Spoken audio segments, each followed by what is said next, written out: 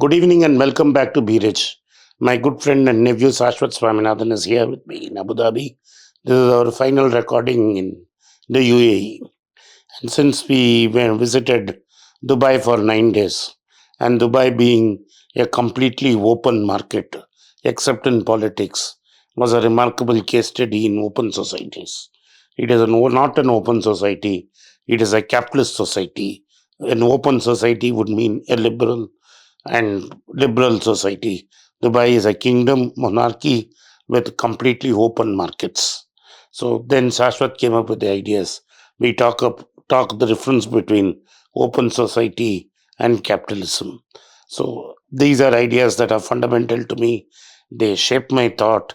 These look at the works of Keynes, Hayek, Popper, and of course the great Soros. So these have influenced me in my life a lot. And then we will look forward. I'm looking forward to answering Shashwat's questions on these. Thank you very much. Yeah, so coming to the discussion today, first I want to talk about what I want to understand what your definition of capitalism is. My definition of let's go by Adam Smith's definition of capitalism.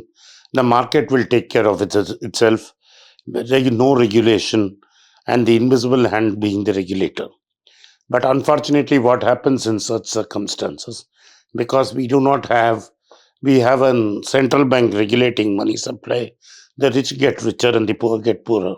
Right. Because monetary policy is always tweaked towards keeping interest rates low so that the government can borrow more. Therefore, inflation bites in, and inflation makes rich richer. So, as Thomas Piketty pointed out, the wealth tends to accumulate with the top 1%. The mobility is there is mobility of the rich getting poor. Social mobility. Social mobility is there, but not to the extent we would like it. So, capitalism has been distorted. It's not an ideal market. So, in an open society, we will have capitalism with lot of regulation and a regulator playing by the rules. But in the markets like United States, what has happened is the difference between the player and regulator has become blurred. The U.S. Treasury Secretary, except Janet Yellen and before that Mr. Larry Summers, has generally not been an economist, but comes from Goldman Sachs or J.P. Morgan. So they are players in the market, and they have undue influence over the administration. Yeah. The lines are blurred between the player and the referee. Normally, in a fair and sport, a referee is independent of the players. Yeah. So what capitalism lacks today is an independent referee. Right. So coming to that, George Soros gave a wonderful speech at CEU in 2009, a series of lectures.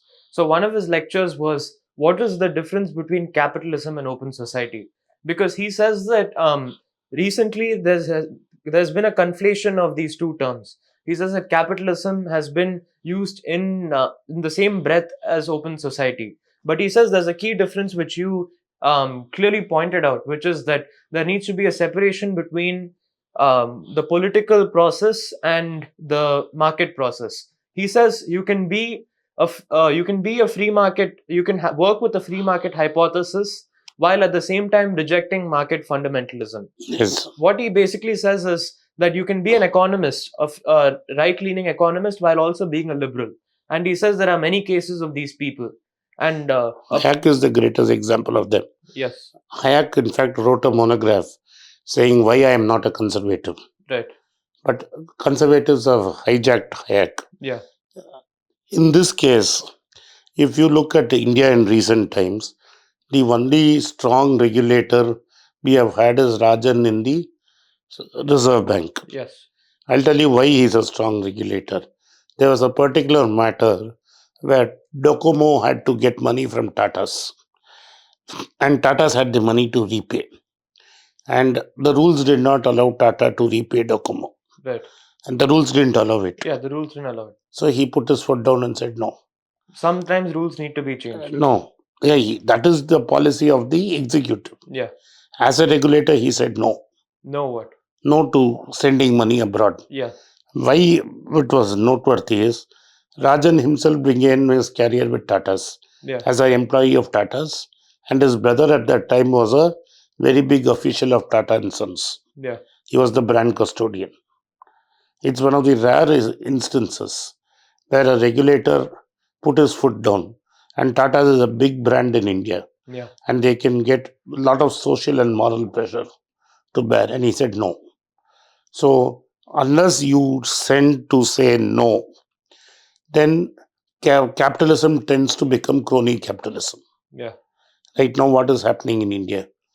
A few bunch of industrialists are getting most of the contracts. We are not going to say who Because got they're it. lobbying. Not lobbying, political influence, we call it whatever it is. So much so, to Arvind Subramaniam, who was part of this administration, Yeah. went on to say double A. Double A in the sense? Two industrialists with A. Okay. Yeah. Now you can add a T with it. Yeah. So, what I'm trying to say is, they are getting undue share of the business. Yeah. That is not capitalism. But this is basically where Soros comes in, and he says there's a clear agency problem. There is a problem. He says the agency problem racks the market system, where markets are governed by. So even if you have a free market system where you have a free exchange, like you talked about how UAE is both capitalist and not an open society at the same time, and there's a clear difference between the two. Soros comes up with the same point. He says that you can have an open market, but that doesn't necessarily mean You you have have to have an open society. And he says behind the invisible hand there is a visible hand, which is the political process. Exactly. And he says that political process have vested interests. And if you recall, Manmohan Singh wrote in your book on the general theory of Keynes's book, which you gave to him and to get it autographed, he wrote that vested interests and narrow ideas will be outshone by in the long run, or something to that. Ideas matter in the long run. Ideas matter in the long run. As Keynes said, Yeah. ideas matter in the long run. And vested interests don't. Investors' interests don't. Yeah. But it is true in the long run. Yeah. But the great Keynes also said, in the long term, we are all dead.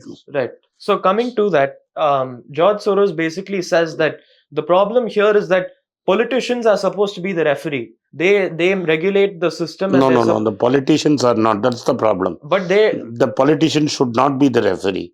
The referee should be an independent person. But then the independent person is elected through political process. He is selected by a political process. So that is why you have very few Rajans. Yeah. And very few. So my point being that they are an extension of the political process. Yes, that is the problem. Yeah. So let me get to that. So he says that there's a clear agency and principle problem. He says that the principle, that is us, the electoral body, is supposed to be represented by our agents, which are the top, your prime minister and your other MLAs and MPs who you have elected. And the problem is that once agents get the key, that is the power, you give them the key to power, they end up acting in their own self-interest, which is to get re-elected. And what you end up seeing is your 2As, double A's, who end up willing to fund and make the re-election easier. You see that those type of industrialists compared to your T industrialist who isn't willing to play the same game. But who's forced to play the same game now. Yes. And you see that they get incentivized to do this. They get incentivized to do this. Yes. So the issue is very clear. I can name of 3 regulators whom I know. There are many. Yeah. But I can name of 3 regulators who have cracked the whip. Yeah. One is Paul Volcker. They're examples to how you should be a regulator. Paul Volcker is one of the greats. Yeah. The way he held on and crushed inflation for 20 years. There was a guy in India called T.N. Seshan. Yeah. Who made elections free and fair. Okay. Generally free and fair. Yeah. And now again there are questions on that, but he made it free and fair. And third is Rajan, and before Rajan there was a man called C. Rangarajan. These were Reserve Bank governors. Yeah. And in spite of political pressure, Rangarajan devalued the rupee. Right. At that time, the rupee was not free tradable. Yeah. So they had a hop, skip, and jump. So they would allow the rupee to float in 3 status. Okay. First, a small drop of devaluation. Yeah. See how the reaction would come. Then a bigger one, and then finally the big one. Yeah. Now what happened is the executive, the then late Prime Minister Narasimha Rao got cold feet when the jump had to happen. And the jump was supposed to be scheduled at 9:30 in the morning, Right. 9:15 or 9:30 in the morning. At 9 o'clock in the morning, Narasimha Rao got cold feet because the president was R. Venkatraman, another socialist who was once a finance minister, called up Narasimha Rao and said, "Your future is in trouble." Yeah. So Narasimha Rao called up Manmohan Singh at 8:30 and 8:45 and said, "Put it on hold." Yeah. Those days, communication lines were tough. So Manmohan, what he did, he waited politely till 9:15 and then asked them to place a call to the Reserve Bank governor. The Reserve Bank governor said, "Boss, already I've sent the notification. What should I do?" He said, "Wait, let me check."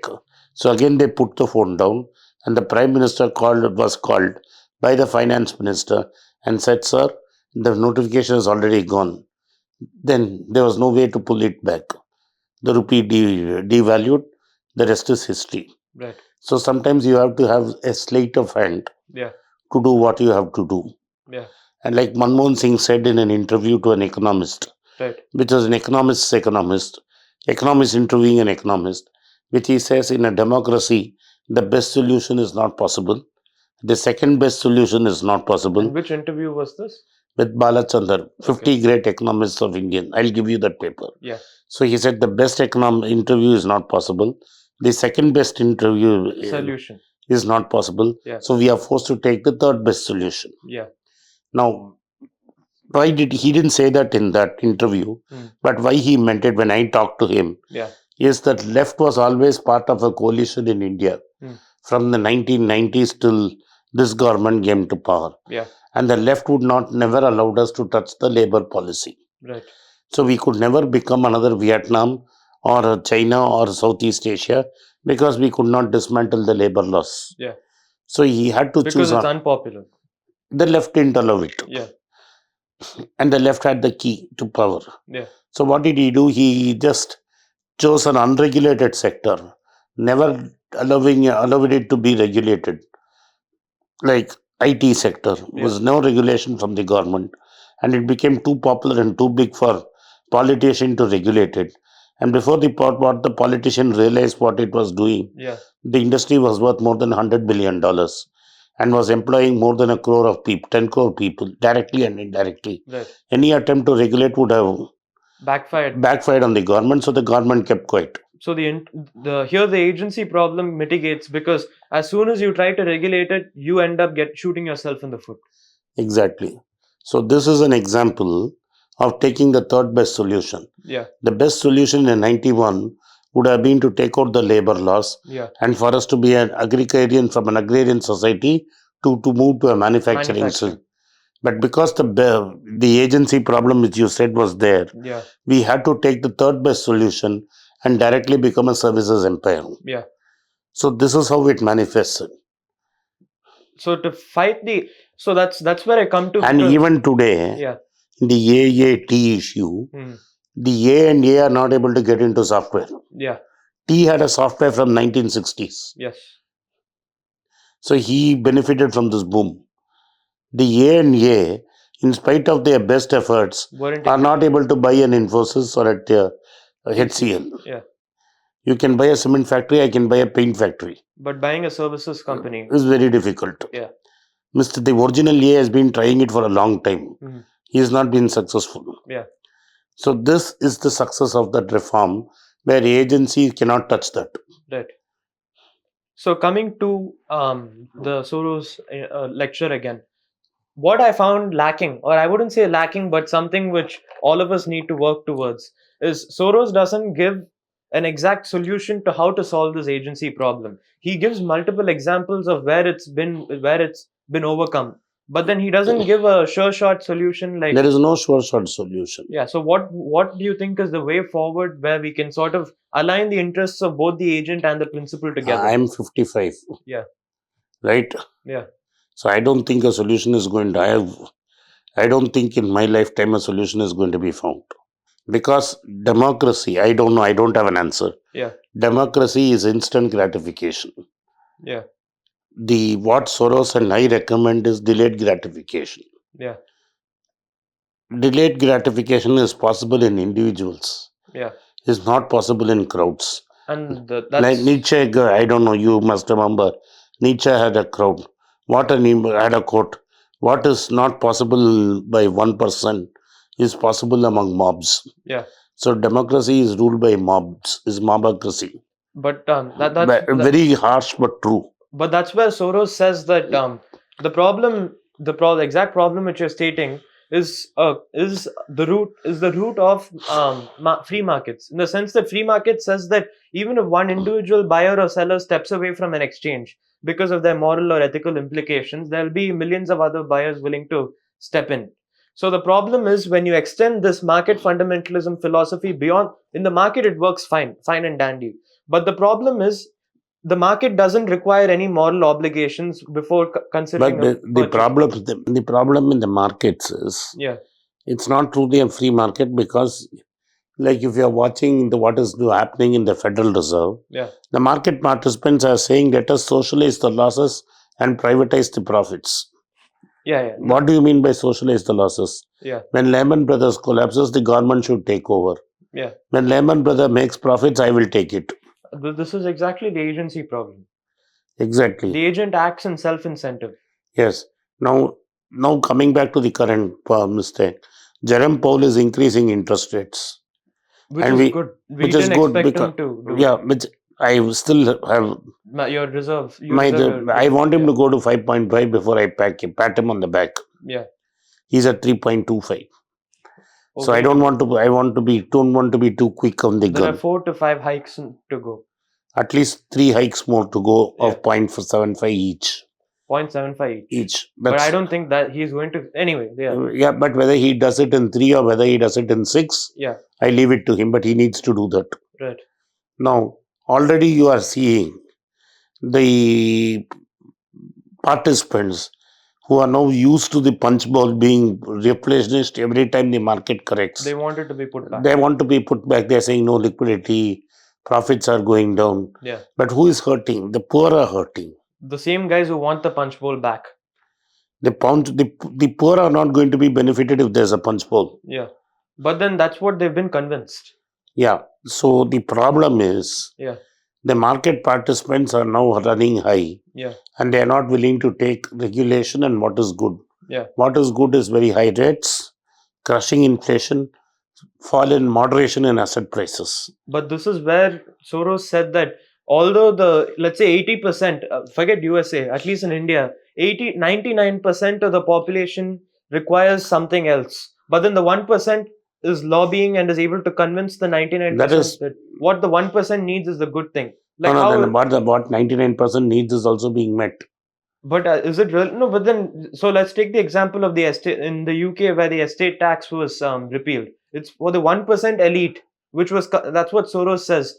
The 1% was able to convince the rest of the 99 that the estate tax is something bad That and needed to I be do repealed. not know about the estate tax. Yeah, I have not read it in great depth, but I know for sure in India, religious fundamentalism, religious polarization is now what 90% of the 95% of the masses in North India are being fed.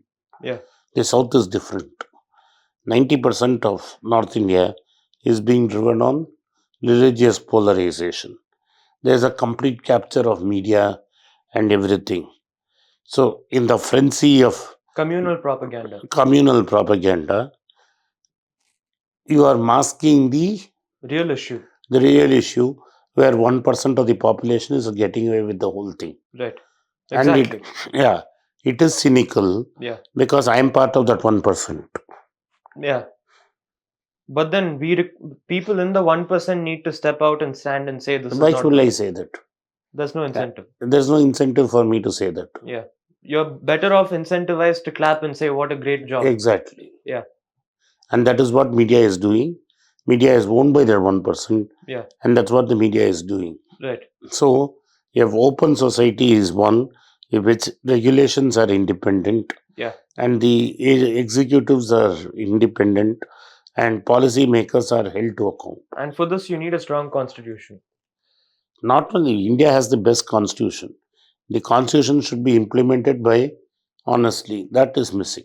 The judiciary. I don't know, but I don't know who is supposed to do that. Yeah. The constitution has to be implemented both in letter and So spirit. you're saying that we have a roadmap, but we need someone to implement We the don't roadmap. have strong people at the right places. Yeah. We don't. Judiciary is also a regulator. So you're saying that those who wrote the constitution had the right idea in mind. Yes, of course, they had the right idea. You have a secular liberal society, Yeah. Which is an open society. which is an open society. Yeah. But there was mix of socialism, which was not open society. Yeah. We had 91 reforms have done away with most of regulations. Right. What is now going, we are recirculating, is we want to take secularism out of the window. With a misguided belief that 85% of the population is suffering. How can 87%, 85 to 87% of the population suffer? It cannot. Yeah. So we So, had a period window of 20 years of open society yes, after we had 91. largely open society. 91 to 2011. 2011, 2010, Yeah. we had a largely an open society, Yeah. which has given way to anarchy today. And this comes back to the paupers, the intolerance, this thing. Why do you really tolerate intolerance? Yeah, we are tolerating Yeah, intolerance. but what I'm saying is you said it led way to whatever we have now Yes, because we tolerated intolerance. exactly. So tolerating intolerance is something which we need to think about. But that's not liberalism, no. Yeah, that's a paradox. That's a paradox. Yeah, We should have cracked down long time back. We didn't. and now we're paying the price We are for it. paying the price for it. So that's all I have for you today. Thank you. Thank you for watching Birich. If you like this conversation, please do subscribe to our channel and turn on the bell notification. If you did find this topic boring, please do put up with us. Thank you. It's a great privilege and honor that so many of you in thousands have subscribed to my channel and have supported me. I have written 2 books in English, The Alchemy of Money and Ordinary Stocks, Extraordinary Profits. These books are published by us and are ready. If you want to procure a copy, send us a message to the WhatsApp number given below and my team would respond to you. If you want an Amazon Kindle copy, you can click the link below. Finally, those who wish to consult with me can send a mail to berichenglish@gmail.com. Once again, I thank you for your support. If you like this video, press the subscribe button of my channel, hit the like button and turn on the bell notification.